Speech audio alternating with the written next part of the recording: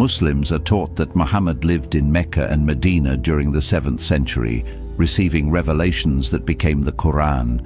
His life is documented through sources like the Hadith and the Sirah, which detail his actions, sayings, and the rise of Islam. But what if these sources aren't as reliable as they seem? Modern scholarship is beginning to uncover significant gaps in the historical narrative. If these findings hold, they could reshape not only how we understand Islam, but also how we view the broader history of the Middle East.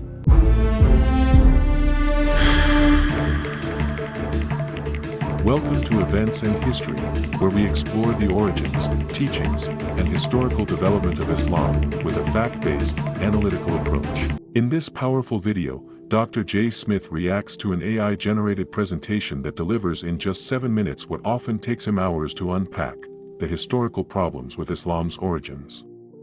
The video challenges the reliability of Islamic sources like the Quran, Hadith, and Sirah, highlighting their late appearance and lack of early manuscript evidence.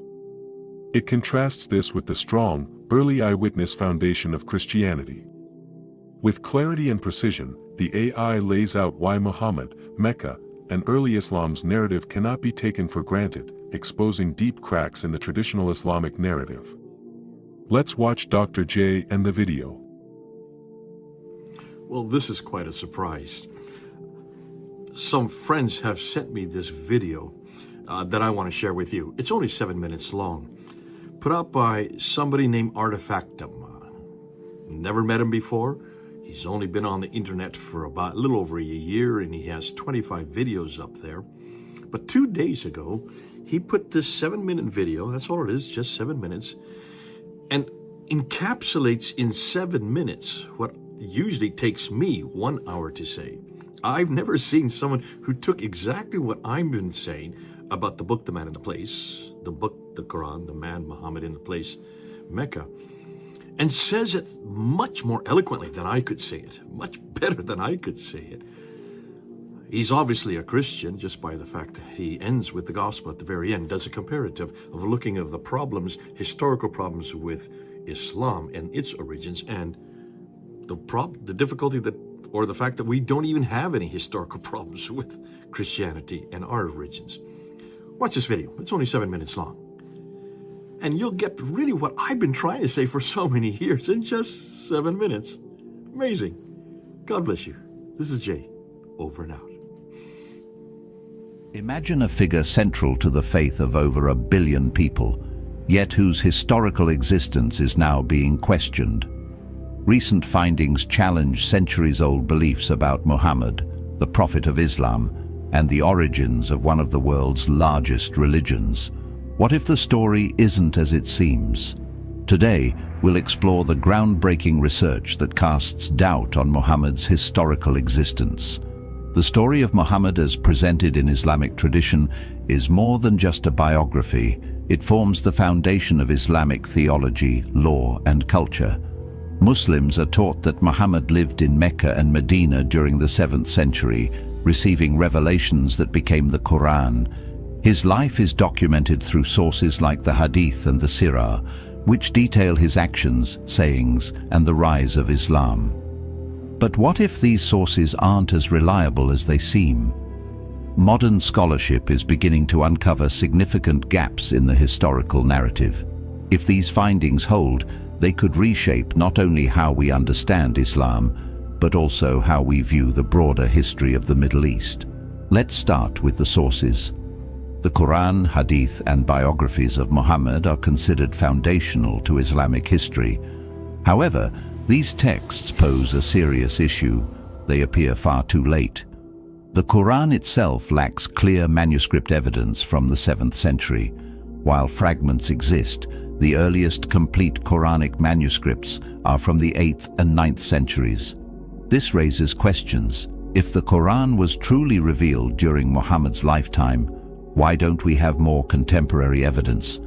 The Hadith, which detail Muhammad's words and deeds, are even more problematic. The 6 canonical collections, such as those of Sahih Bukhari and Sahih Muslim, were compiled 200 to 300 years after Muhammad's death. And yet, We have no manuscripts of these collections from that time period. The first physical copies appear several centuries later, during the Ottoman period. The biographies, or sirah, face similar challenges. The most famous biography by Ibn Ishaq was written over a century after Muhammad's death, and we don't even have his original work. What we know comes from redactions by later authors like Ibn Hisham, who lived even later. If Muhammad's existence is in question, what about the cities most associated with him, Mecca and Medina? Modern archaeological and historical studies reveal a striking lack of evidence for Mecca's significance in the 7th century. Early maps and trade records make no mention of Mecca as a major hub, despite Islamic tradition claiming it was a central city of commerce and religion. Medina fares slightly better in terms of evidence, but even there, the descriptions of theological debates between Muhammad, Christians and Jews raise doubts. Historical records suggest that the region was sparsely populated at the time, making such encounters unlikely. If these cities weren't as described, then where did the Quran and early Islamic traditions originate? Here's where it gets even more fascinating. Much of what the modern world knows about Muhammad comes not from Muslim sources, but from 19th century European scholars.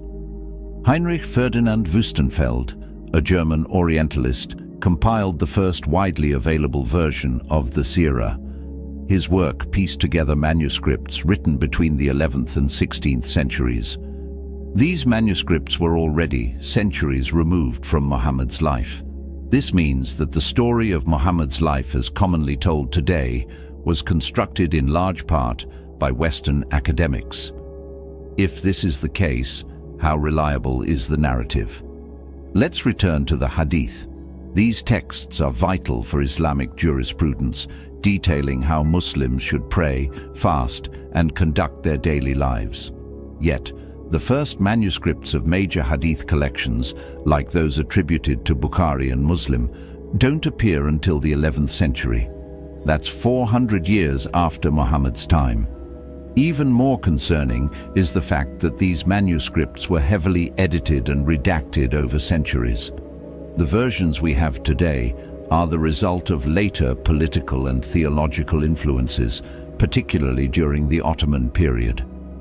If the traditional accounts of Muhammad and early Islam can't be supported by contemporary evidence, then where does that leave us?